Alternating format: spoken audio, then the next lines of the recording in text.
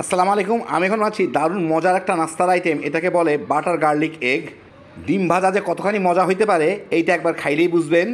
তৈরি করা খুব সহজ, তো আসেন দেখি শুরু করা যাক। আমি এখানে 4টা ডিম ভেঙে নিছি, এর সাথে খুবই সামান্য একটু গোলমরিচের গুঁড়া দিব, চাইলে দিতে পারেন, না দিলেও হবে। স্বাদ মতো একটু লবণ দিয়ে এটাকে আমার ফেটে নিতে হবে, নর্মাল ডিম ভাজা আমরা যেরকম করি সেরকম আর কি।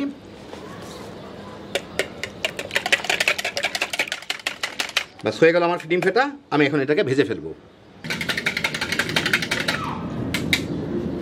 আমি একটা ফ্রাই প্যানে একটু তেল গরম করে এই ডিমগুলোকে দিয়ে একটু ভেজে নিব। খুব অল্প আছে ভাজতে হবে, যাতে নিচের দিকে লেগে না যায়। এই যে এইভাবে একটু একটু ছড়া দিয়ে দিয়ে নিচের দিকটা হইলেই যাতে এইগুলা হইতে থাকে এরকম। এই ফাঁকে ফাঁকে আবার একটু ভেঙে ভেঙে দিতে হবে, বাদামি করে না, কিন্তু যাতে সিদ্ধ হয়ে যায় ডিমটা।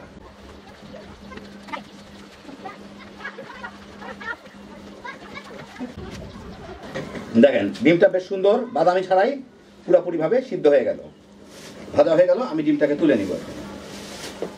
এখন আমি ওই একই ফ্রাই প্যানে 2 টেবিল চামচ বাটার দিয়ে গলায় নিব।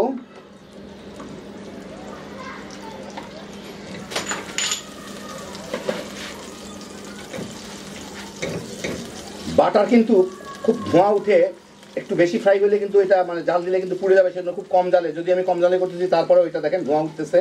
যাই হোক, এর মধ্যে আমি এখন 8-10 কোয়া রসুন কুচি কুচি করে রাখছি, ওগুলা দিয়ে আমার একটু ভেজে নিতে হবে।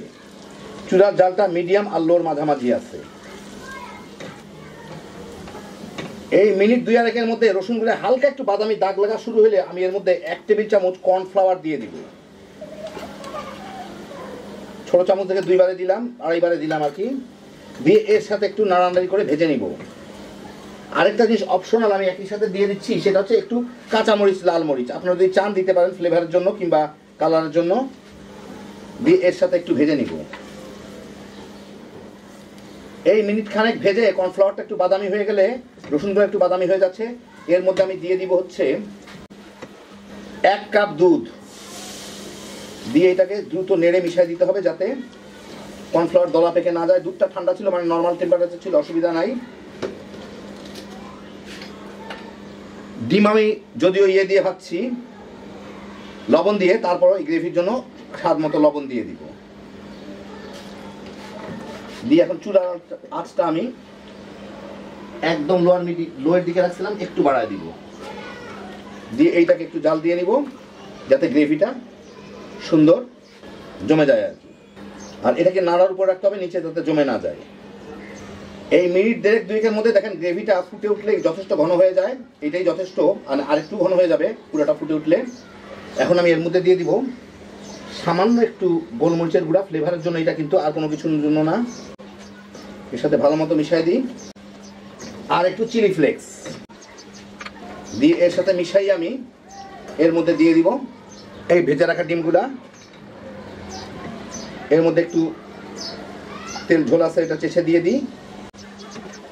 এর সাথে হালকা হাতে মিশাইতে হবে। ডিমগুলা যেরকম মানে যেই অনুযায়ী আমি মানে টুকরা করছিলাম সেই রকমই যাতে থাকে, আর যাতে ঘুটা না হয়ে যায় আর কি।